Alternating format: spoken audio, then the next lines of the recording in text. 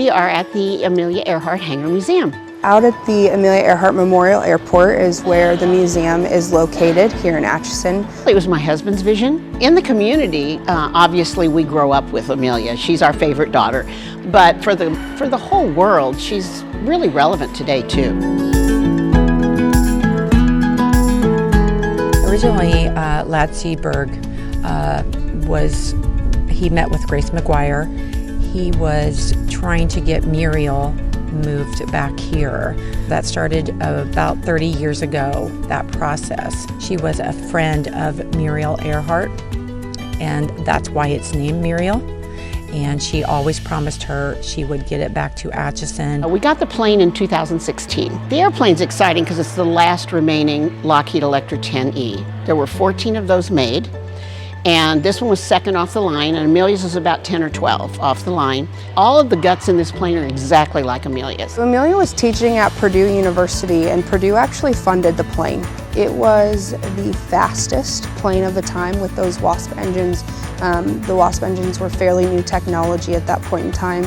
She had trusted the WASP engine to carry her over the Atlantic Ocean as well. The process started obviously with the airplane and housing the airplane, and then how to exhibit it in a way that would be really interesting, educational, inspirational, I think. And so as we started dreaming that dream and got involved with Dimensional Innovations, I think we feel like they took our dream and made it even better and bigger. One of the exciting things about this museum is it's not a history museum, it's not a STEM museum, it's a unique history and STEM museum. Within the museum there are 14 different exhibits that surround the plane. Each of those exhibits have been built out to national Kansas and Missouri curriculum standards.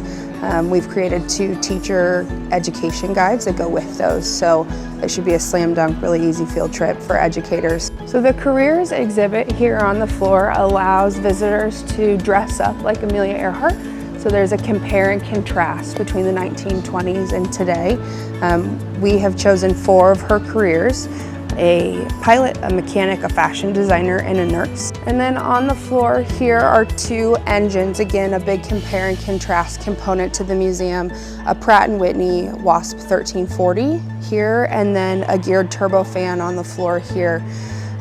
Both have these press to start buttons, so as you start you get to hear the roar of what the engine sounded like, get to see the inner workings. And then on either side of the engine there are other interactives back there. You can see her logs for her airplanes. Her handwriting is in there. I mean, it's just so amazing. You can learn how to use a sextant. You can learn about radio and atmosphere and all of those things, and then you can actually see the stars above us. Another station that I like is, what do you think happened? Like, you get to vote or put in your vote of what you think happened to her, where she was, where she is today. And you can do VR where you actually fly the Atlantic in her Vega, which is really fun. So there's just something for everyone. The ultimate goal is to have kids and adults learn about STEM, learn about her history, and then do those things themselves. I use the words encourage and inspire.